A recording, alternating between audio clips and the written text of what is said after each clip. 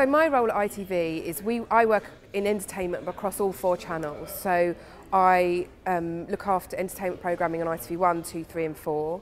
Predominantly I work on ITV 2. We're a very hands-on commissioning team.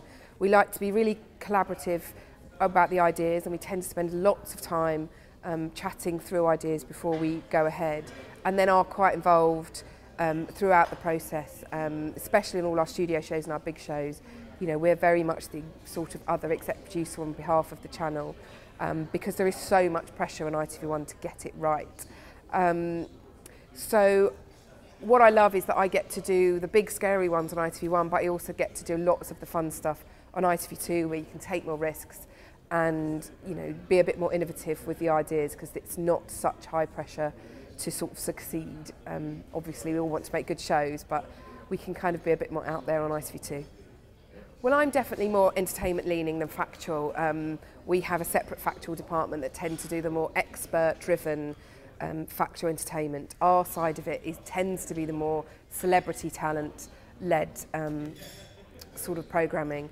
So we definitely, you know, look for ideas more that way, but we really share with our team. So if something comes to me that I feel is a little bit more factual, then I'll just send it over to them, and vice versa. We're actually quite a close team because there aren't actually very many of us. Unlike other channels that have features and formats and specialist factual, we have factual and entertainment, and that's it. So we all have to kind of muck in a bit. We have a real open door policy at ITV. You know, unlike lots of the other channels, there isn't a formal sort of submission website process that you need to go to. People come to us direct. So best, you know, idea is to sort of email me direct an idea of the top line, or at whatever stage you're at. We quite like to be involved early. I mean, it's really nice when somebody comes in with the teaser tape and a fully formed idea, but actually sometimes we can tell quickly and save quite a lot of time and effort by just the top line idea. And you know, we try and make sure that we have a lot of meetings. I especially really try and get out there and meet some of the smaller companies, because I think, you know, ITV has a bit of a reputation of being quite narrow-minded when it comes to its sort of the producers that it works with, and it's something we're definitely trying to change. So we really are open to, you know, I think people think, oh, we can't go to ITV, you know, we have to start on a smaller channel, but, you know, what we want to say is, no, please do come to us. We may ask you to co-pro with a bigger company if it's a huge idea, but we are definitely trying to take more sort of risks with smaller companies and let people make their own shows. The difference between, I think, a gimmick and a format point, it can be quite narrow, but, you know, we're definitely looking for something with staying power that after, you know, a few episodes isn't going to be like, oh, it's that bit again. But they're moments that you need people to look forward to. You know, that's the whole point of a format point, really.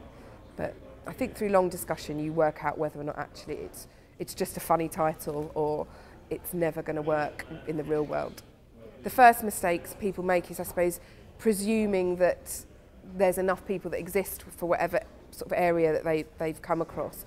You know, people write up ideas with sort of fantasy contributors and things like that, and that's sort of fine, but you need to know that there is, you know, a true pool of people, or an area that actually needs to be unearthed, you know. So a bit of research, I think, doesn't go amiss before you come in the door, because we get quite a lot of ideas that you then think, you know, do those people exist? Will that happen? And are people sort of interested enough? So I suppose before you come in, do your homework a little bit on your idea, and then you're coming in with something real as opposed to, you know, some idea that you've dreamt up. We're looking for more factual entertainment. You know, where is our MasterChef? Where is our Apprentice? We haven't really had one at 9 o'clock that works. You know, what we've tended to do is we did 71 Degrees North, which was a sort of celebrity, you know, trek to the Arctic, and it did okay, but it didn't really build in second series, and Hell's Kitchen sort of lost its momentum very quickly. So I think it's impossible to know where the next one's going to come from, because if not, we'd all be doing it. I think it's probably at the moment something quite British and quite inward looking in the way that Bake Off has been such a success. I think the current sort of vibe is about sort of us and Britain, and we've become quite island mentality again. But you know, who'd have thought gypsies would have been so successful? Who'd have thought baking would be so successful? So it just needs to be something that sort of captures the moment, I think. You know, I think everyone's desperately thinking that perhaps sport will be the next big thing because of what's happened this year. But similarly, I'm not sure if it's the sport that's really what's captured people's imagination. It's the human story behind the sport. So, you know, interesting people doing interesting things will be where it comes from. But who's to know? If I knew what that is, that'd make my job really easy.